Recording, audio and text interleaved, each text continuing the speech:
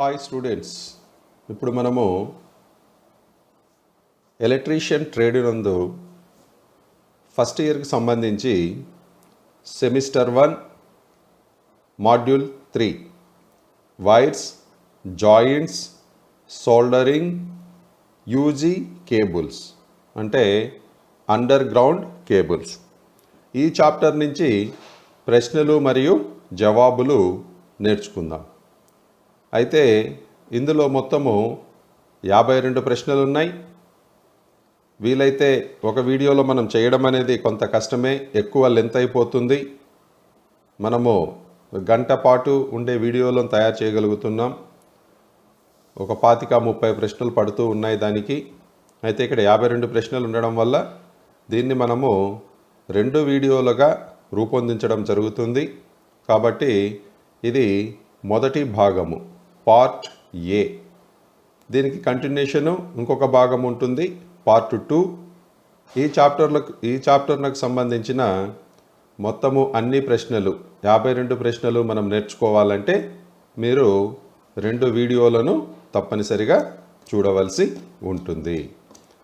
అయితే మరొకసారి మీకు గుర్తు చేస్తున్నాను, ఇక్కడ మనము చెప్పుకుంటున్నది కేవలం పునశ్చరణ కోసం మాత్రమే. సబ్జెక్ట్ అంతా మీకు బోర్డు మీద నుంచి చెప్పడం జరిగింది. ప్రశ్నలు జవాబులు కూడా బోర్డు నుంచి చెప్పడం జరిగింది. అయితే పరీక్షల ముందు త్వరితగతిన పునశ్చరణ చేసుకునే ఉద్దేశంతో మాత్రమే ఈ వీడియో ట్యుటోరియల్స్ను మనము తయారు చేసి మీకు అందజేయడం జరుగుతూ ఉంది. మీకు పూర్తిగా సబ్జెక్టు అవగాహన రావాలి అంటే మొత్తము క్లాసెస్ జరిగినటువన్నీ మీరు విని ఉండాలి. అయితే ఈ ప్రశ్నలు జవాబులు చూడడం ద్వారా కూడా మీరు పరీక్షలలో మంచి మార్కులతో పాస్ అవుతారు. కాబట్టి ఎవరు కూడా మీరు అశ్రద్ధ చేయకుండా మీకు అవసరమైనన్ని సార్లు, ఎప్పుడైనా, ఎక్కడైనా, ఎన్నిసార్లైనా కూడా మీరు ఈ వీడియోలను చూసే అవకాశం మేము కల్పిస్తూ ఉన్నాం. కాబట్టి మీరు ఈ యొక్క అవకాశాన్ని సద్వినియోగపరచుకొని సబ్జెక్ట్ను మెరుగుపరుచుకొని తుది పరీక్షలకు సన్నద్ధ కావాలని, సిద్ధం కావాలని కోరుతున్నాను. అదేవిధంగా ఉద్యోగ పోటీ పరీక్షలకు కూడా ఈ యొక్క ప్రశ్నలు జవాబులు ఎంతో ఉపయోగపడతాయి. కాబట్టి మీరు ఇవి ఇప్పుడే కాదు, మీకు అవసరమైనప్పుడు ఎన్నిసార్లు అవసరమైతే అన్నిసార్లు మీరు వీటిని చూసుకోవచ్చు. ఓకే స్టూడెంట్స్, ఇక మనము ప్రశ్నలు మరియు జవాబుల్లోకి వెళ్దాం. ఇప్పుడు మనం చెప్పుకుంటున్నటువంటి ప్రశ్నలు మరియు జవాబులు వచ్చేసి wires, joints, soldering, UG cables అనే చాప్టర్ నుంచి మనము చెప్పుకుంటూ ఉన్నాం. ఇది electrician first year semester 1 module 3. మొదటి ప్రశ్న, what is the current carrying capacity of 32 amp rated cable if it is protected by the rewirable fuse? 32 యాంపియర్ల యొక్క ప్రస్తుత వాహక ప్రస్తుత సామర్థ్యం ఏమిటి? తెలుగులో సరిగా లేదు, గత వీడియోలలోనే మీకు ఈ విషయం చెప్పడం జరిగింది. కాబట్టి మీరు దాన్ని సీరియస్గా తీసుకోవద్దండి. ఇక్కడ ఏం చెప్తున్నారంటే, ఒక కేబుల్ అది కరెంటు ప్రవహించే సామర్థ్యం దానికి ఎంత ఉంది అంటే 32 యాంపియర్స్ వరకు ఉంది. అయితే ఆ యొక్క కేబుల్ను రీవైరబుల్ ఫ్యూజ్తో మనము అనుసంధానిస్తే దాని యొక్క ప్రస్తుత సామర్థ్యము ఎంత ఉంటుంది అని అడుగుతున్నారు. ఇక్కడ మీకు 2 అంశాలు చెప్పాలి. ఒకటి వచ్చేసి కోయర్స్, రెండోది వచ్చేసి క్లోజ్. కోయర్స్, క్లోజ్ అంటే ఏమిటి అంటే, కోయర్స్ అంటే తక్కువ వైపు ఉండేది, క్లోజ్ అంటే ఎక్కువ వైపు ఉండేది. దాన్ని మనం ఏమంటామంటే రేటింగ్ ఫ్యాక్టర్ అని పిలుస్తాం. కోయర్స్ రేటింగ్ ఫ్యాక్టర్ అంటే కనీస వైపు ఉంటుంది. ఇక్కడ తక్కువ సామర్థ్యం కలిగిన మనము ఏమంటాము, సర్క్యూట్ బ్రేకర్స్, వాటిని మనము కోయర్స్ వైపు అంటాం. అధిక సామర్థ్యం కలిగిన వాటిని మనము ఎక్సెస్ క్లోజ్ అని పిలుస్తామన్నమాట, రేటింగ్ ఫ్యాక్టర్ అంటాం వాటిని. అయితే సరే, మీకు అంత సబ్జెక్ట్ చెప్తే కూడా మీకు అర్థం కాదు. సబ్జెక్ట్ ఆల్రెడీ ముందు విన్న వాళ్ళకే బాగా అర్థమవుతుంది ఇది. ఏదేమైనా మీకు ఒక గుడ్డి గుర్తు చెప్తున్నాను నేను. ఎప్పుడూ కూడా రీవైరబుల్ ఫ్యూజ్ అనేది కేబుల్ యొక్క సామర్థ్యం మేరకు కరెంటు ప్రవాహాన్ని అనుమతించదు. ఎందుకు చెబుతున్నానంటే, ఇప్పుడు అది 32 యాంప్స్ రేటెడ్ కేబుల్. వాస్తవంగా దాంట్లో 32 యాంప్స్ వరకు మనము కరెంటును ప్రవహింప చేయవచ్చు. అయితే కొన్ని సందర్భాల్లో అంత విద్యుత్తు కన్నా కొంత ఎక్కువ ప్రవాహం జరగవచ్చు. అది మనము వేరే పద్ధతిలో చూస్తాం. అయితే ఇక్కడ ఏం చెబుతున్నారు, మనకి రీవైరబుల్ ఫ్యూజ్ అని చెబుతున్నారు. రీవైరబుల్ ఫ్యూజ్ అక్కడ ప్రొటెక్షన్ కోసము ఏర్పాటు చేశారు ఆ కేబుల్కి. అప్పుడు ఎంత కరెంటు దానిలో అలౌ చేస్తుంది అని చెప్పి అడుగుతున్నారు. ఒకటి గుర్తుపెట్టుకోండి, ఎప్పుడూ కూడా ఈ రీవైరబుల్ ఫ్యూజ్ లేదా కోయర్స్ అనే వర్డ్ వచ్చినప్పుడు ఆ 32 యాంప్స్ ఉంది కదా, ఆ 32 యాంప్స్ ఇంటూ 0.81 వేసుకోవాలి. ఇది రీవైరబుల్ ఫ్యూజ్ కానీ లేకపోతే కోయర్స్ రేటింగ్ పవర్ ఫ్యాక్టర్ అని, కోయర్స్ రేటింగ్ ఫ్యాక్టర్ అని పిలుస్తాం దీన్ని. ఇక్కడ 32 యాంప్స్ ఉంది కదా, 32 యాంప్స్ ఇంటూ 0.081, ఇది 26 యాంప్స్గా సమాధానం వస్తుంది. అయితే ఈ రీవైరబుల్ ఫ్యూజ్ ఎంత అలౌ చేస్తుందంటే, దానికి ఉన్న సామర్థ్యంలో కేబుల్కు ఉన్న సామర్థ్యంలో 0.81 మాత్రమే కరెంటును క్యారీ చేసేదానికి అలౌ చేస్తుంది. కాబట్టి ఇక్కడ మనకు దీని సామర్థ్యం, ఈ కేబుల్ సామర్థ్యం వచ్చేసి 32 యాంప్స్. కానీ అక్కడ రీవైరబుల్ ఫ్యూజ్ మనం కనెక్ట్ చేయడం వలన దాని యొక్క సామర్థ్యము ఎంతవరకు అనుమతి ఇస్తుంది అంటే 26 యాంప్స్ వరకు మాత్రమే అనుమతి ఇస్తుంది. కాబట్టి దీనికి సరైన సమాధానం ఏమిటి అంటే option C, 26 amps. Option C is the correct answer, 26 amps అన్నమాట. అక్కడ కేబుల్ సామర్థ్యం 32 యాంపియర్లే, కానీ అక్కడ రీవైరబుల్ ఫ్యూజ్ కనెక్ట్ చేయడం వల్ల అది ఎంతవరకు అలౌ చేస్తుంది, కేవలం ఆ రేటింగ్కు 0.81% వరకు మాత్రమే, 81% మాత్రమే అలౌ చేస్తుంది. కాబట్టి మనము 32 ఇంటూ 0.81 వేసుకుంటే ఆన్సరు 26 యాంప్స్ వస్తుంది. Next question.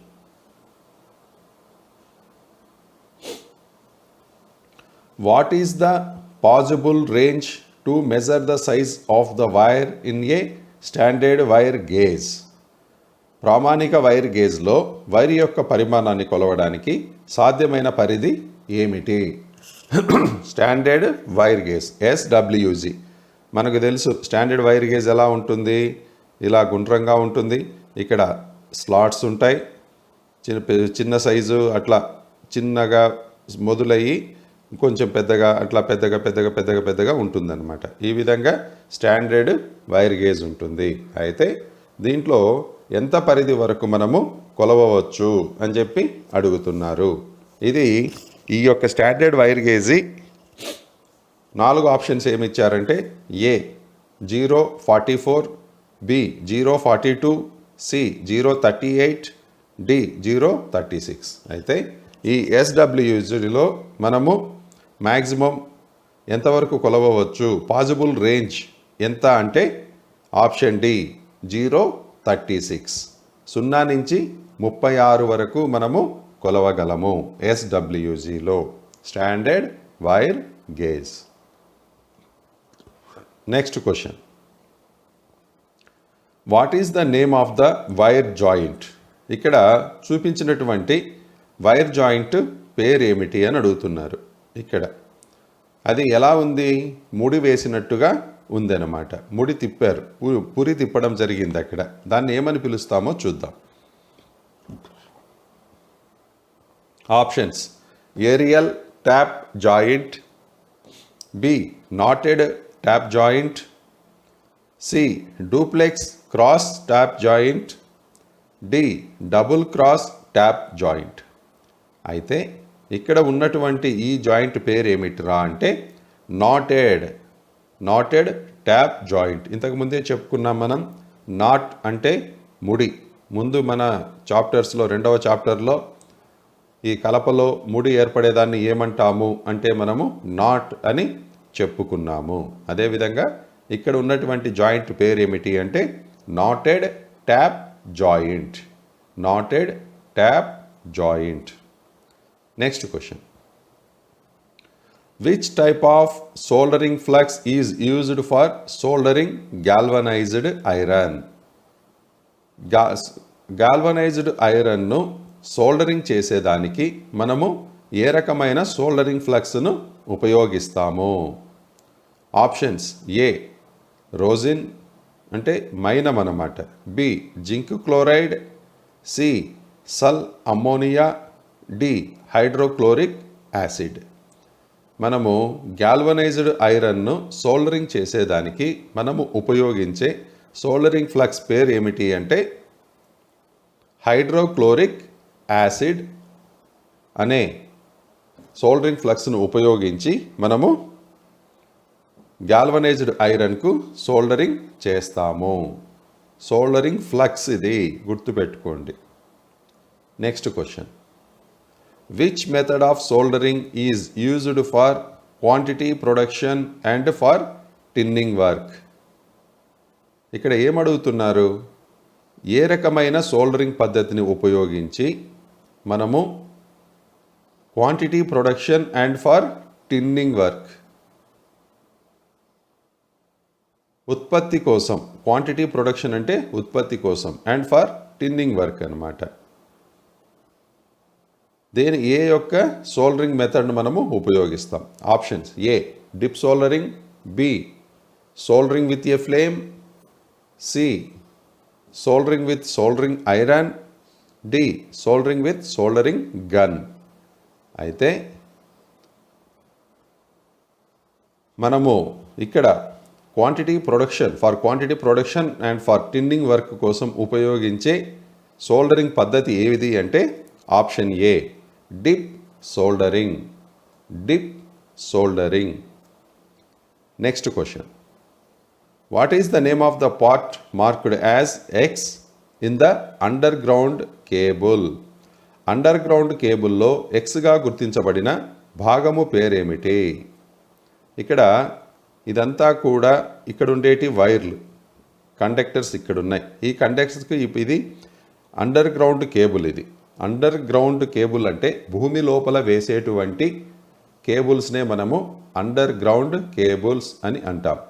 పైన పక్క అంటే పోల్స్ మీద, టవర్స్ మీద వేసే వాటిని ఓవర్ హెడ్ కేబుల్స్ అని పిలుస్తాము.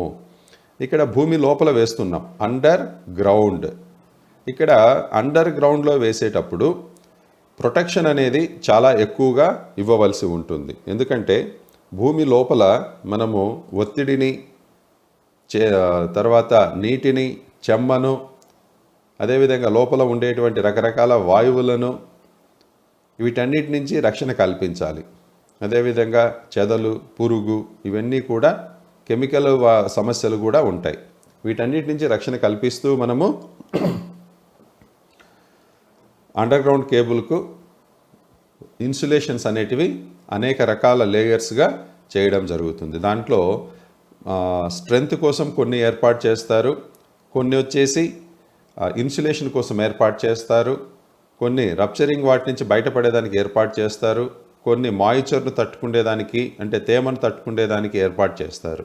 అయితే ఇక్కడ ఈ పార్ట్లో మనకు చూపించిండేది ఏమిటి? ఈ ఎక్స్గా గుర్తించబడిన భాగము పేరు ఏమిటి? అది ఎందుకు ఉపయోగపడుతుంది అని అడుగుతున్నారు. ఆప్షన్స్: ఏ బెడ్డింగ్, దాన్ని మనం బెడ్డింగ్ అని పిలుస్తామా?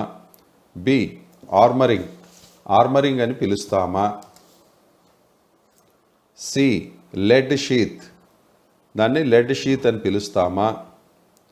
డి పేపర్ ఇన్సులేషన్, అది పేపర్ ఇన్సులేషనా? అయితే ఇక్కడ మనము చూస్తున్నటువంటిది ఈ ఎక్స్గా గుర్తించబడిన భాగం పేరేమిటి అంటే బెడ్డింగ్. దాన్ని మనము బెడ్డింగ్ అని పిలుస్తాము. అది సపోర్ట్ కోసం మనము ఏర్పాటు చేస్తాం. అంటే కేబుల్ ఉంది కదా, ఆ కేబుల్ ఇది చూడండి, అది లైన్స్గా ఉంది. ఆ కేబుల్కు కింద లోపల ఉండేదానికి మనము బెడ్డింగ్గా ఏర్పాటు చేస్తాం. ఆ బెడ్డింగ్ ఎందుకు ఏర్పాటు చేయాలి? కేబుల్ మరి వంగిపోయినా పూర్తిగా మడత పడిపోయిందనుకోండి, ఇలా మడత పడిపోయిందనుకోండి, బెండ్ అయితే పర్వాలేదు, అలా కాకుండా మడత పడిపోతే బ్రేక్ అయ్యే పాసిబిలిటీస్ ఎక్కువగా ఉంటాయి. కాబట్టి అటువంటి వాటి నుంచి రక్షణ, లోపల ఉండే మిగిలిన వాటికి మెకానికల్ స్ట్రెంథింగ్ కోసం వాటికి మనము ఏర్పాటు చేస్తాం. దాన్నే మనం ఏమని పిలుస్తామంటే బెడ్డింగ్ అని పిలుస్తాము. Next question, what is the full form of XLPE cable? XLPE cable యొక్క పూర్తి పేరు ఏమిటి అని అడుగుతున్నారు.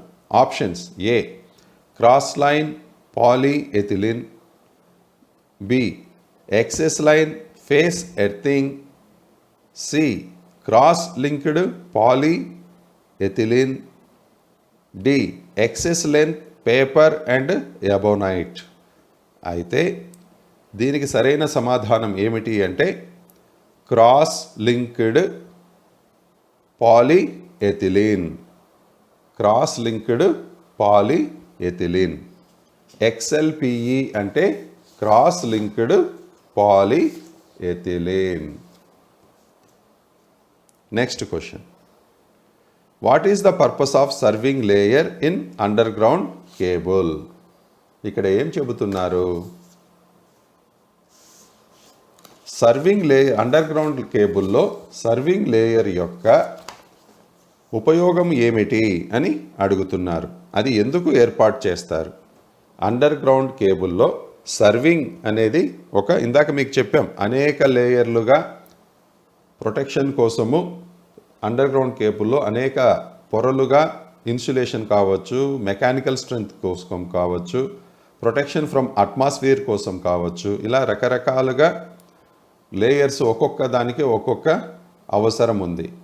లోపల ఉన్న వైర్లను పట్టి ఉంచేదానికి ఒక లేయర్ను పెడతాం, దానిపైన ఇన్సులేషన్ను ఏర్పాటు చేస్తాం, దానిపైన మెకానికల్ స్ట్రెంగ్త్ కోసం ఇంకొకటి ఏర్పాటు చేస్తాం, తర్వాత అట్మాస్ఫియర్ నుంచి కాపాడుకుండేకి ఒకటి, తర్వాత తేమ నుంచి కాపాడుకుండేదానికి ఒకటి, మెకానికల్ స్ట్రెంగ్త్ ఇచ్చేదానికి ఇంకొకటి, అంటే ఏదైనా ఫోర్స్ పడినా కూడా పైన ఏదైనా లారీలు బస్సులు తిరిగినా ఆ ఫోర్స్ని తట్టుకునేదానికి ఒకటి, ఇలా అనేక పొరలుగా మనము ప్రొటెక్షన్ అనేది ఏర్పాటు చేస్తాం. అయితే అందులో సర్వింగ్ అనేది కూడా ఒకటి ఉంటుంది. ఆ సర్వింగ్ యొక్క ఉద్దేశం ఏమిటి, దాని ప్రయోజనం ఏమిటి అని అడుగుతున్నారు. Options: A protect the cable from moisture, తేమ నుంచి కేబుల్ను రక్షించడం కోసమా, B protect the cable from mechanical injury, యాంత్రికమైన, ఇందాక చెప్పాను కదా, మెకానికల్ ఇంజురీ అంటే దాన్ని లాక్కెళ్ళి వెళ్ళేటప్పుడు లేదా ఎక్కడి నుంచి అయినా మనం దొల్లించుకుంటా వెళ్ళినప్పుడు దానికి డ్యామేజ్ జరగకుండా కాపాడేదాన్ని మెకానికల్ ఇంజురీ అని అంటాం, అంటే భౌతికంగా జరిగే ప్రమాదం అది. C protect metallic sheet against corrosion, తుప్పు పట్టకుండా మెటాలిక్ షీట్ను కాపాడేదానికోసము మనము సర్వింగ్ లేయర్ను ఉపయోగిస్తామా. D protect armouring from atmospheric condition, వాతావరణ పరిస్థితి నుంచి రక్షించడానికి మనము ఉపయోగిస్తామా. అంటే దీనికి సరైన సమాధానం ఏమిటి అంటే option D. Serving layer underground కేబుల్లో ఎందుకు ఏర్పాటు చేస్తారు అంటే to protect armouring from atmospheric condition, వాతావరణ పరిస్థితి నుంచి సాయుధ రక్షణ కొరకు. ఆర్మర్ అంటే ఏమిటి? బలగాలను మనము ఆర్మరింగ్ అని పిలుస్తామన్నమాట. సో చేతిలో సాయుధ బలగాలను మనము ఆర్మర్ అంటాం. అయితే ఇక్కడ ఆ పదాన్ని వచ్చిందని చెప్పి మనం సాయుధ బలగాలు అని పిలవాల్సిన అవసరం లేదు. ఆర్మరింగ్ అంటే ఒక రక్షణ పొర అన్నమాట. దేని నుంచి? అట్మాస్ఫియరిక్ కండిషన్ నుంచి ఇది కాపాడుతుంది, వాతావరణ పరిస్థితుల నుంచి. దాని పేరేమిట్రా అంటే serving layer. Next question, which type of fault of UG cable can be located by this loop test? ఇక్కడ ఏం చెబుతున్నారు? ఒక లూప్ టెస్ట్ను చేస్తున్నారు. అయితే ఈ లూప్ టెస్ట్ ద్వారా మనము ఏమి కనుక్కుంటున్నాము, అక్కడ ఉన్న లోపాన్ని మనం దేనిని గుర్తిస్తున్నాము అని అడుగుతున్నారు. లూప్ టెస్ట్ యూజీ కేబుల్ యొక్క పారకం లూప్ పరీక్ష ద్వారా గుర్తించబడుతుంది అంటున్నారు తెలుగులో. అయితే which type of fault of UG కేబుల్లో ఉన్నటువంటి ఏ లోపాన్ని మనము గుర్తిస్తున్నాం? Can be located by this loop test. ఇక్కడ చేస్తున్నటువంటి లూప్ టెస్ట్ ద్వారా యూజీ కేబుల్లో ఉన్న ఏ లోపాన్ని మనము గుర్తిస్తాము? Options: A ground fault, B short circuit fault, C open circuit fault, D weak insulation fault. అయితే ఇక్కడ మనం గమనిస్తున్నది ఏమిట్రా అంటే ఆప్షన్ బి షార్ట్ సర్క్యూట్ ఫాల్ట్ను గుర్తిస్తున్నాము. షార్ట్ సర్క్యూట్ ఫాల్ట్ను గుర్తిస్తున్నాము. దీని పేరు ఏమిటి? Loop test. లూప్ టెస్ట్ అన్నమాట. ఇక్కడ చూపించిన ఈ బొమ్మలో చూపించిన లూప్ టెస్ట్ ద్వారా మనము ఏ లోపాన్ని గుర్తిస్తున్నాము అంటే షార్ట్ సర్క్యూట్ ఫాల్ట్ను గుర్తిస్తున్నాము. Next question: which cable laying method is used in generating station? Generating స్టేషన్లో కేబుల్స్ను వేయు పద్ధతి, కేబుల్ను ఏ విధంగా వేస్తాము? లేయింగ్ అంటే కేబుల్ను లాగడం లేదా వేయడం అనేది వస్తుందన్నమాట. ఏ విధంగా జనరేటింగ్ స్టేషన్లో మనము కేబుల్ను తీసుకెళ్తాము? లేయింగ్ అంటే తీసుకువెళ్ళడం అన్నమాట. Options: A in ducts. Duct అంటే ఏమిటి? ఇంట్లో మనకు చిమ్నీకి గొట్టాలు ఉంటాయి, డక్ట్. లేదా అపార్ట్మెంట్స్లో కూడా డక్ట్స్ ఉంటాయి, పైనుంచి కిందికి డస్ట్ పంపించేదానికి, అంటే రకరకాల వేస్ట్ని పంపించేదానికి డక్ట్. పొగ గొట్టము అంటాం కదా, డక్ట్. డక్ట్ అంటే గొట్టం, నాళం. B racks in air. ఎయిర్లో మనము ర్యాక్స్ ఏర్పాటు చేసి దాని మీద కేబుల్ రన్ చేస్తామా? C along buildings. భవనాలతో పాటు భవనానికి అతుక్కొని పంపిస్తామా? D direct in ground. Direct in ground అంటే ఏమిటి? భూమి లోపల నేరుగా పంపిస్తామా? అయితే ఇక్కడ ఎక్కడ మనల్ని అడుగుతున్నారు? జనరేటింగ్ స్టేషన్స్ అంటే కరెంటు ఉత్పత్తి చేసే కేంద్రాలన్నమాట. ఇక్కడ మనం ఏ రకమైన కేబుల్ లేయింగ్ మెథడ్ను ఉపయోగిస్తాము అంటే option B racks in air. Racks in air అన్నమాట. ర్యాక్స్ ఇన్ ఎయిర్ అంటే ఎలా ఉంటుంది? ఇలా స్టెప్ కొంచెం కొంచెం దూరంలో ర్యాక్స్ అనేటివి ఏర్పాటు చేస్తాం. దీనిపైన మనము కేబుల్ను రన్ చేసుకుంటూ వెళ్తాం. ఇండస్ట్రీలో కూడా మీరు గమనించవచ్చు, ర్యాక్ ఉంటుంది. అది కొన్ని చోట్ల పూర్తిగా ఇలా కంటిన్యూగా కూడా ఉంటుంది. దీని లోపల కేబుల్స్ రన్ చేయడం అనేది జరుగుతుందన్నమాట. ఆ ర్యాక్ లోపల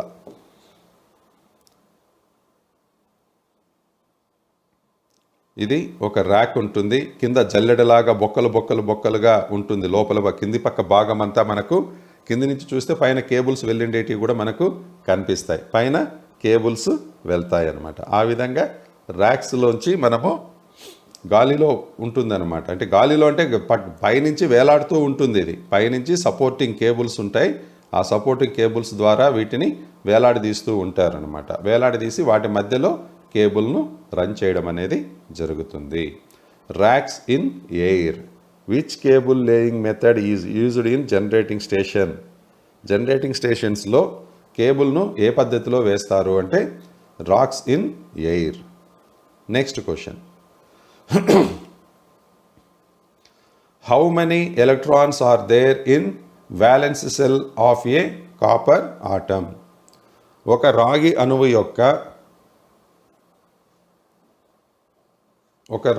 అణువు కాపర్ ఆటంలో ఎన్ని ఎలక్ట్రాన్స్ ఉంటాయి వ్యాలెన్స్ సెల్లో అని అడుగుతున్నారు. వ్యాలెన్స్ సెల్, కాపర్ ఆటం యొక్క వ్యాలెన్స్ షెల్లో ఎన్ని ఎలక్ట్రాన్స్ ఉంటాయి అని అడుగుతున్నారు. ఆప్షన్స్: ఏ 1, బి 2, సి 8, డి 18. అయితే కాపర్ ఆటం యొక్క వ్యాలెన్స్ సెల్లో ఎన్ని ఎలక్ట్రాన్స్ ఉంటాయి అంటే ఒక్కటే ఉంటుంది. Option A 1 is the correct answer. గుర్తుపెట్టుకోండి, వ్యాలెన్స్ సెల్లులో కాపర్ ఆటం యొక్క వ్యాలెన్స్ సెల్లులో ఉన్నటువంటి ఎలక్ట్రాన్లు ఎన్ని అంటే ఓన్లీ 1, ఒక్కటి మాత్రమే ఉంటుంది. Next question, what is the effect of electric current on neon lamp? Neon ల్యాంప్లో విద్యుత్ యొక్క ప్రభావం ఏమిటి? మనము mercury vapour lamp, sodium vapour lamp, neon lamp ఇలా చాలా రకాలైనటువంటి ల్యాంపులను చూస్తూ ఉంటాం. అయితే అక్కడ ఎలక్ట్రిక్ కరెంట్ యొక్క ఎఫెక్ట్ ఏమిటి అంటే మనం దానికి విద్యుత్తును పంపిస్తాం, అది ఏ విధంగా పని చేస్తుంది అని అడుగుతున్నారన్నమాట. ఆప్షన్స్: ఏ హీటింగ్ ఎఫెక్ట్, వేడి ప్రభావంతో; బి మ్యాగ్నెటిక్ ఎఫెక్ట్, అయస్కాంత ప్రభావం; ఆప్షన్ సి కెమికల్ ఎఫెక్ట్, రసాయన ప్రభావం; option D gas ionization effect, వాయు అయనీకరణ ప్రభావం. అయితే సోడియం కావచ్చు, మెర్క్యూరీ కావచ్చు, నియాన్ కావచ్చు, దీంట్లో ఏముంటుందంటే గ్యాస్ ఉంటుంది. ఆ పేరు ఏదైతే సోడియం వేపర్ అని పిలుస్తామో ఆ విధంగా గ్యాస్ పార్టికల్స్ ఉంటాయి. మనము విద్యుత్తును పంపించినప్పుడు ఆ గ్యాస్ పార్టికల్స్ ఏదైతే ఉన్నాయో అవి ప్రభావితమయ్యి వాటి ద్వారా వెలుతురు అనేది జనరేట్ కావడం జరుగుతుంది. ఇక్కడ జరిగే చర్యను మనం ఏమని పిలుస్తాము అంటే gas ionization effect. Gas ionization effect మీరు గమనిస్తూ ఉంటారు. ఫ్లడ్ లైట్స్ ఇవన్నీ కొన్ని తెల్లగా ఉంటాయి, కానీ స్ట్రీట్ లైట్స్ కొన్ని ఎల్లోయిష్గా ఉంటాయి అన్నమాట. మనం సోడియం వేపర్ ల్యాంప్స్ను ఉపయోగిస్తాం అక్కడ. అది లైటింగ్ మనకు కొంత ఎల్లోయిష్గా కనిపిస్తూ ఉంటుంది. దాంట్లో ఉన్న గ్యాస్ యొక్క కలర్ ఆ విధంగా వెలుతురును ప్రవహింపజేసేదానికి చూస్తుందన్నమాట. అయితే ఇక్కడ నియోన్ ల్యాంప్ అని అడుగుతున్నారు. What is the effect of electric current on neon lamp? దానికి సరైన సమాధానం ఏమిటి అంటే గ్యాస్ అయనైజేషన్ ఎఫెక్ట్, వాయు ఆయనీకరణ ప్రభావము. Next question, what is the unit of insulation resistance? Insulation resistance నిరోధకం ఏమిటి? రెసిస్టెన్స్ అంటే దానికి యూనిట్ ఓమ్ అని తెలుసు. అయితే ఇన్సులేషన్ రెసిస్టెన్స్ అడుగుతున్నారు. ఇన్సులేషన్ రెసిస్టెన్స్ అంటే ఏమిటి? వైరు పైన ఉండే ఇన్సులేషన్ యొక్క నిరోధక సామర్థ్యాన్ని దేంట్లో కొలుస్తారు అని అడుగుతున్నారు. దానికి యూనిట్స్, దాన్ని కొలిచే పరికరం వచ్చేసి మనము మెగ్గర్. ఇన్సులేషన్ రెసిస్టెన్స్ను కొలిచేదానికి ఉపయోగించే పరికరం మెగ్గర్. అయితే అది ఏ యూనిట్స్లో కొలుస్తుంది అంటే options: A ohm, B kilo ohm, C milli ohm, D mega ohm. అయితే మనము ఇన్సులేషన్ రెసిస్టెన్స్ను దేంట్లో కొలుస్తాము అంటే ఆప్షన్ డి మెగా ఓమ్స్లో కొలుస్తాము. మెగా ఓమ్స్లో కొలుస్తాము దేన్ని? ఇన్సులేషన్ రెసిస్టెన్స్ని. Next question, which electrical device is the coarse excess current protection? ఏ విద్యుత్ పరికరం కోయర్స్ ఎక్సెస్ ప్రొటెక్షన్ను కలిగి ఇస్తుంది? కోయర్స్ ఎక్సెస్ కరెంట్ ప్రొటెక్షన్ మీకు ఇంతకుముందే చెప్పుకున్నాం మనము. మొదటి ప్రశ్నే వచ్చింది. అక్కడ ఏమొచ్చిందంటే రీవైరబుల్ ఫ్యూజ్ను కనెక్ట్ చేస్తే కేబుల్ యొక్క కరెంట్ క్యారింగ్ కెపాసిటీ ఎంత అని మనల్ని అడిగారు. అదేవిధంగా అప్పుడే చెప్పాను, కోయర్స్ అంటే కింది వైపు లీస్ట్ కౌంట్ వైపు వస్తుందన్నమాట. కోయర్స్ ఎక్సెస్ కరెంట్ ప్రొటెక్షన్ అంటే ఎక్సెస్ కరెంట్ ప్రొటెక్షన్ అనేది ఎంతవరకు సపోర్ట్ చేస్తుంది?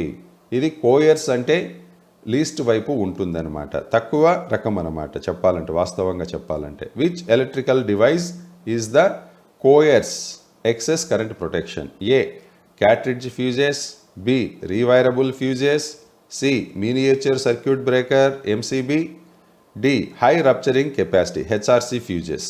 అయితే మనం ముందే చెప్పుకున్నాం, కోయర్స్ అనే పదము వచ్చిన చోట మనము తక్కువ సామర్థ్యం కలిగిన ప్రొటెక్షనే ఇది. అది ఏమిట్రా అంటే రీవైరబుల్ ఫ్యూజ్. రీవైరబుల్ ఫ్యూజెస్ తక్కువ సామర్థ్యం అన్నమాట. ఇవి రీవైరబుల్స్ ఫ్యూజెస్ అనేటివి తక్కువ సామర్థ్యం కలిగి ఉంటుంది.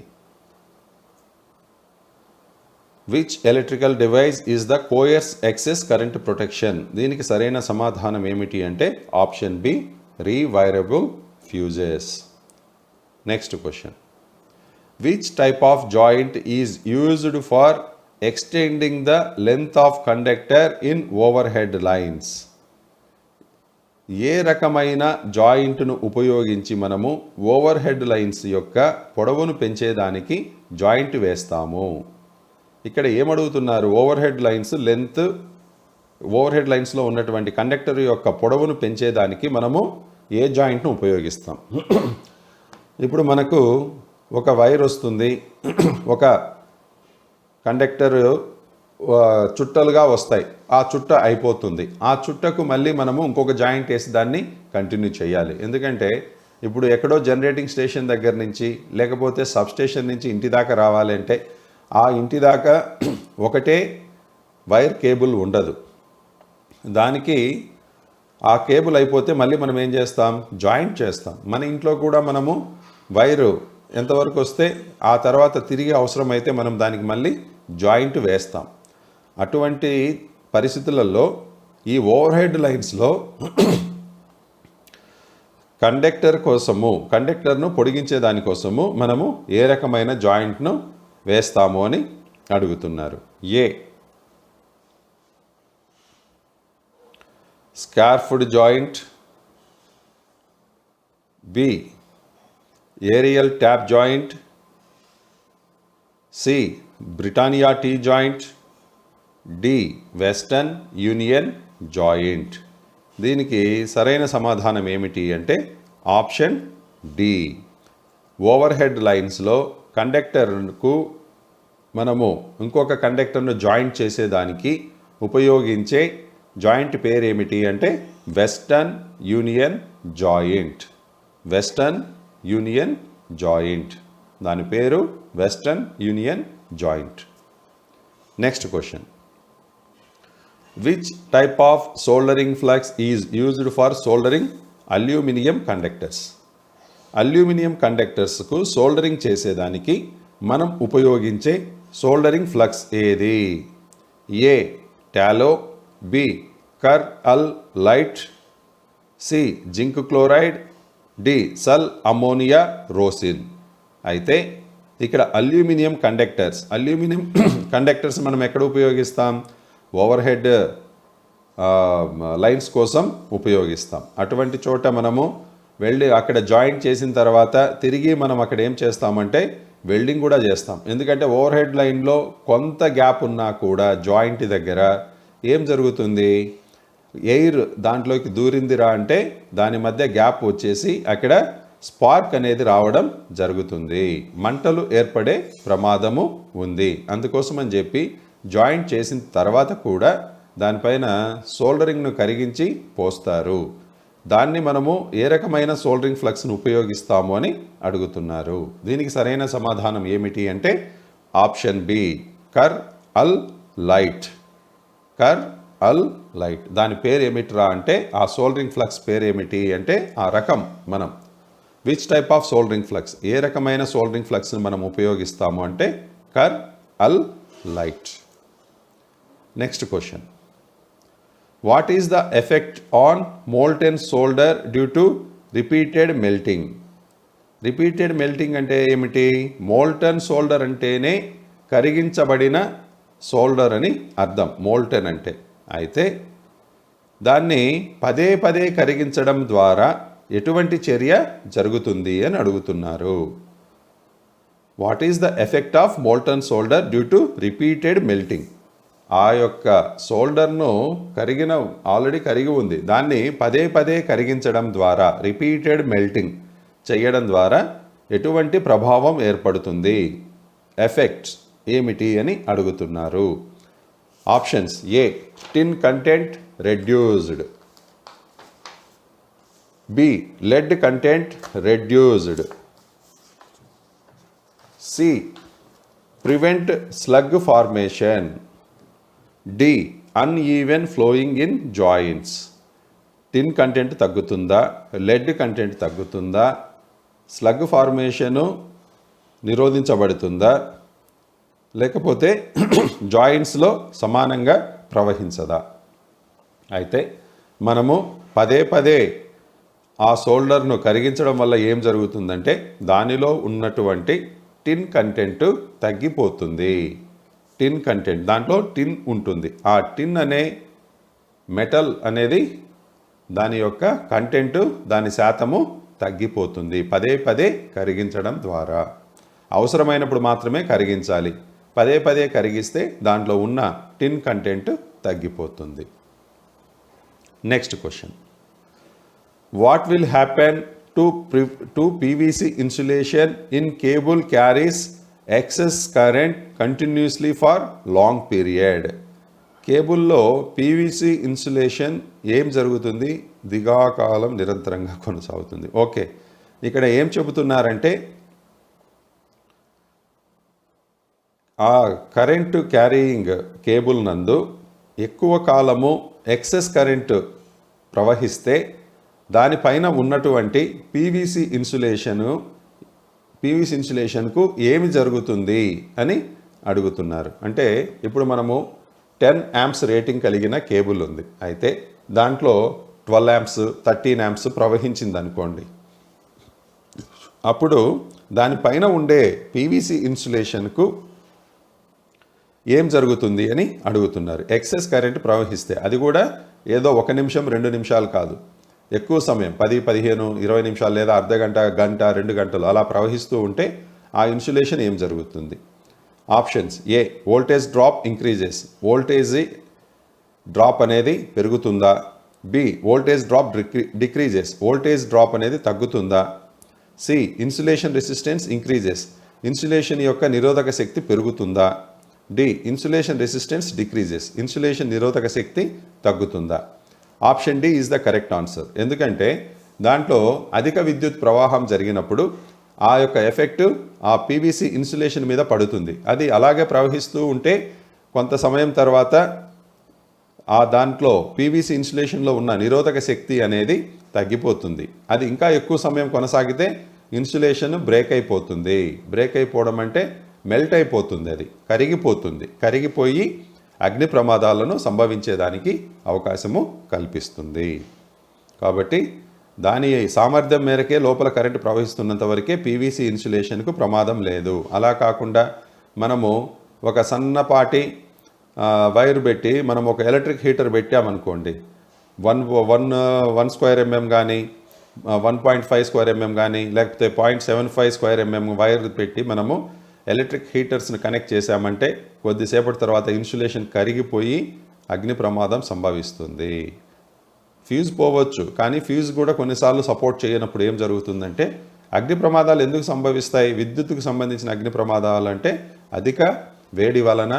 అధిక వేడి అనేది ఎలా పుడుతుంది? దానికి అవసరమైన దానికన్నా ఎక్కువ విద్యుత్ ప్రవాహం జరిగినప్పుడు అధిక వేడి అనేది ఉత్పత్తి అవుతుంది. ఆ అధిక వేడి వలన ఏమవుతుంది? Cable PVC insulation polyvinyl chloride, PVC అంటే పాలీవినైల్ క్లోరైడ్, అది ఒక రబ్బరు రకం అన్నమాట. అది ఏమవుతుంది? వేడి కలిగినప్పుడు కరుగుతుంది.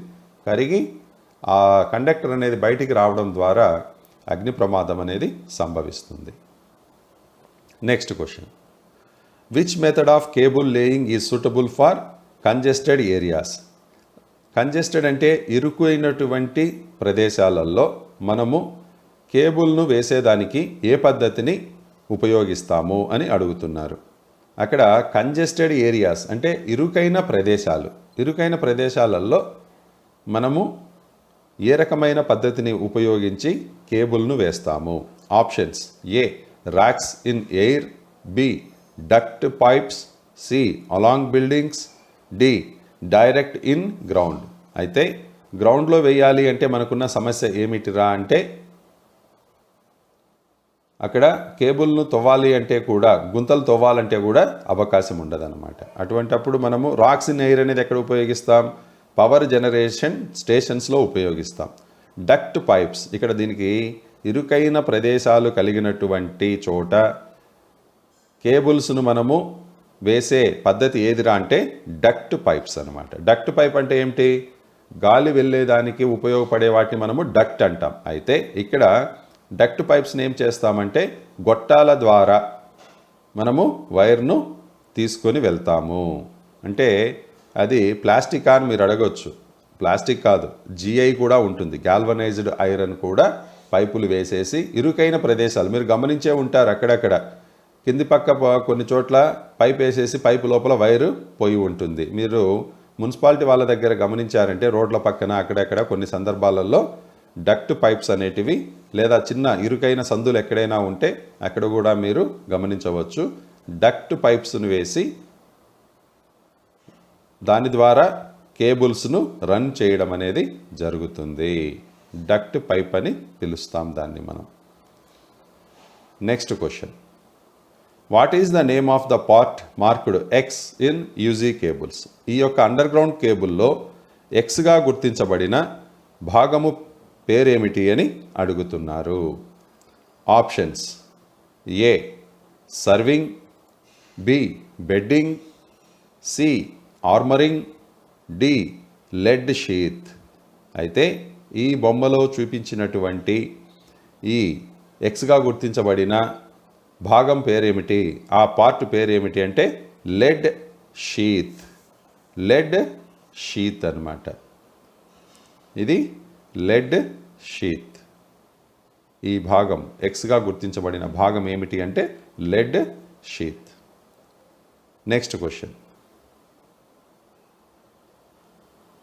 What is the fault of UG cable identified in the circuit? ఇక్కడ ఒక సర్క్యూట్ను మనం చూస్తూ ఉన్నాం. ఇది అండర్ గ్రౌండ్ కేబుల్లో ఉన్న లోపాన్ని గుర్తించే దానికోసం ఈ టెస్ట్ను మనము చేస్తున్నాం. అయితే ఈ టెస్ట్ పేరేమిటి?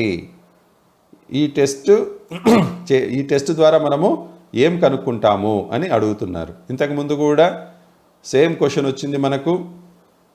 అక్కడ అదే ప్రశ్ననే మరి ఇక్కడ రిపీట్ అయింది. అయినా సరే ఆన్సర్స్ మనం చూద్దాం. A ground fault, B short circuit fault, C open circuit fault, D weak insulation fault. అయితే ఇక్కడ మనం కనుక్కుంటున్నటువంటి ఫాల్ట్ ఏమిట్రా అంటే షార్ట్ సర్క్యూట్ ఫాల్ట్. ఇదే ప్రశ్న గతంలో కూడా వచ్చింది. అక్కడ కూడా బొమ్మ ఇలాగే ఉంది, కొంత తేడా ఉంది అక్కడ ఇక్కడ. అక్కడ వచ్చేసి బ్యాటరీని ఇక్కడ చూపించారు, ఇక్కడ వచ్చేసరికి ఇక్కడ చూపిస్తున్నారు. అంతే, తేడా ఏం లేదు. మిగిలిన సర్క్యూట్ అంతా కూడా అక్కడ ఇక్కడ ఒకే రకంగా ఉంది. కాబట్టి ఇక్కడ మనం చేస్తున్నట్టు ఏం కనుక్కుంటున్నాము, ఏం లోపాన్ని కనుక్కుంటున్నాము అంటే షార్ట్ సర్క్యూట్ ఫాల్ట్ను కనుక్కుంటున్నాము. Next question, which part of the underground cable is protecting the metallic sheath against corrosion? భూగర్భ కేబుల్లో ఏ భాగము తుప్పు వ్యతిరేకంగా లోహపు అడుగును కాపాడుతుంది? మనము అండర్ గ్రౌండ్ కేబుల్లో ఏముంటుంది? మెకానికల్ ప్రొటెక్షన్ కోసం మనము మెకానికల్ స్ట్రెంగ్త్ కోసం మనము మెటాలిక్ షీత్ను ఉపయోగిస్తాం. అయితే ఆ మెటాలిక్ షీత్కు తుప్పు పట్టకుండా, కరోజన్ అంటే తుప్పు పట్టడం, తుప్పు పట్టకుండా రక్షించే ఏమంటాం దాన్ని, ఆ రక్షణ వలయం పేరు ఏమిటి అని అడుగుతున్నాం. విచ్ పార్ట్, ఏ భాగము రక్షణ కల్పిస్తుంది? Which part of the underground cable is protecting the metallic sheath against corrosion? Options: A serving, B bedding, C armouring, D lead sheath. అయితే ఇక్కడ మెటాలిక్ షీత్ తుప్పు పట్టకుండా రక్షణ కల్పించే భాగం పేరు ఏమిటిరా అంటే ఆప్షన్ బి బెడ్డింగ్. బెడ్డింగ్ అనేది మెటాలిక్ షీత్కు తుప్పు పట్టకుండా రక్షణను కల్పిస్తుంది. దాని పేరు వచ్చేసి bedding. Next question, why the soldering iron must be kept into a stand that not in use while soldering? Soldering స్టిక్ను ఎందుకు సోల్డరింగ్ స్టాండ్లో ఉంచాలి? దాన్ని ఉపయోగించనప్పుడు దాన్ని తీసుకెళ్ళి మనము దానికి కేటాయించిన స్టాండ్లో ఎందుకు పెట్టాలి అని అడుగుతున్నారు. Options: A it prevents burns and fire. ఇది అక్కడ ఫైర్ ఏర్పడకుండా నిరోధిస్తుందా? B to control the excessive heat, అధిక వేడి నుంచి రక్షణ కల్పించే దానికోసం మనం స్టాండ్లో పెట్టవలన. C to save the time of soldering process, soldering చేసే సమయాన్ని ఆదా చేసేదానికోసం మనము స్టాండ్లో పెట్టవలన. D to save the operator from electric shock, ఎవరైతే వర్క్ చేస్తుంటారో అతనికి షాక్ కొట్టకుండా మనము దాన్ని స్టాండ్లో పెట్టవలన అని అడుగుతున్నారు. అయితే అది స్టాండ్లో ఎందుకు పెట్టాలంటే మనము option A, it prevents burns and fire. Burns and fire అనమాట. అంటే అక్కడ ఏం చేస్తుంది, సోల్డరింగ్ స్టిక్ అనేది మనం వేడిగా ఉన్నప్పుడు ఆ సోల్డరింగ్ ఐరన్ మామూలుగా పక్కన పెట్టేసామనుకోండి, అక్కడ ఏం జరుగుతుందంటే అక్కడ ఏదైనా అంటుకునే స్వభావం కలిగినవి ఏదైనా ఉంటే అది మంటలను ఏర్పాటు చేసే ప్రమాదం ఉంది. అందుకనే సోల్డరింగ్ చేసేవాళ్ళు తప్పనిసరిగా చెక్క ఉండే పదార్థం మీద కానీ లేకపోతే రబ్బరు ఉండే పదార్థంను కానీ ఉపయోగిస్తూ ఉంటారు. అయితే దానికి కంపల్సరీ ఒక పక్కనే ఒక సోల్డరింగ్ ఐరన్ పెట్టుకునే దానికి ఒక స్టాండ్ ఉంటుంది, అది రింగుగా ఉంటుందన్నమాట. దాని లోపలికి పెట్టేస్తారు. మీరు ఎలక్ట్రానిక్ ఎక్కడైనా మీరు గమనించవచ్చు వీటిని. అదేవిధంగా ఆ సోల్డరింగ్ స్టిక్ అయిపోతానే తీసి స్టాండ్లో పెడతారు, మళ్ళీ సోల్డరింగ్ చేసేటప్పుడు మళ్ళీ తీసి సోల్డరింగ్ చేస్తూ ఉంటారు. అలా ఎందుకు చేయాలి అంటే to prevent burns and fire, అక్కడ మంటలను వ్యాపించకుండా చేసేదానికి మనము సోల్డరింగ్ ఐరన్ను దానికి సంబంధించిన సోల్డరింగ్ స్టాండ్లో పెట్టాలి, దాన్ని ఉపయోగించనప్పుడు. Next question, which type of wire joint is found in the junction box? Junction బాక్స్లో ఏ రకమైన ఉమ్మడి వైరు కనిపిస్తుంది? వైర్ జాయింట్, వైర్ ఉమ్మడి. ఇక్కడ ఏమంటున్నారు, మనము జంక్షన్ బాక్స్లో మనం ఉపయోగించే వైర్ జాయింట్ ఏమిటి అని అడుగుతున్నారు. జంక్షన్ బాక్స్ అంటే ఏంటి, మన ఇంట్లో ఉంటుంది, ఇలా వెళ్తూ ఉంటుంది, మనము ఇలా డ్రాప్ చేయాలి కిందికి. ఇలా డ్రాప్ చేయాలి అంటే ఇక్కడ ఒక జంక్షన్ బాక్స్ను ఏర్పాటు చేస్తాం. జంక్షన్ అంటే ఏమిటి, 2, 3, 4 ఏవైనా కానీ వచ్చి ఒక చోట కలిస్తే దాన్ని మనము జంక్షన్ అంటాం. 2 లేదా అంతకన్నా ఎక్కువ కలిసి ఉంటే ఇప్పుడు గుంతకల్ రైల్వే జంక్షన్ అని పిలుస్తాం. ఎందుకని, గుంతకల్ నుంచి వివిధ రూట్లలో వెళ్ళిపోతాయి. ఒకటి హైదరాబాద్ రూట్ వెళ్తుంది, ఒకటి తాడిపత్రి రూట్ వెళ్తుంది, ఇంకోటి బళ్ళారి వైపు వెళ్తుంది. ఈ విధంగా ఒక జంక్షన్ అనమాట. అక్కడ కలయిక, జంక్షన్ అంటే ఒక కూడిక, జంక్షన్ అంటే ఒక కలయిక, కూడిక, ఒక మీటింగ్ ప్లేస్. అంటే వివిధ మార్గాల ద్వారా వచ్చి అక్కడ ఒక చోట కలిసేదాన్నే మనము జంక్షన్ అంటాం. అయితే ఈ జంక్షన్ బాక్స్లో మనము ఏ రకమైన వైర్ జాయింట్ను ఉపయోగిస్తాము అని అడుగుతున్నారు. Options: A, aerial tap joint, B, plain tap joint, C, rat tail joint, D, married joint. అయితే జంక్షన్ బాక్స్ నందు మనము గమనించే వైర్ జాయింట్ రకం ఏది అంటే rat tail joint. Rat tail joint. Next question, what is the name of the joint? ఇక్కడ చూపిస్తున్నటువంటి joint పేరేమిటి అని అడుగుతున్నారు. ఇక్కడ ఈ జాయింట్ను గమనించండి, 2 వైర్లను ఇక్కడ జాయింట్ చేశారు. ఆ జాయింట్ పేరేమిటి?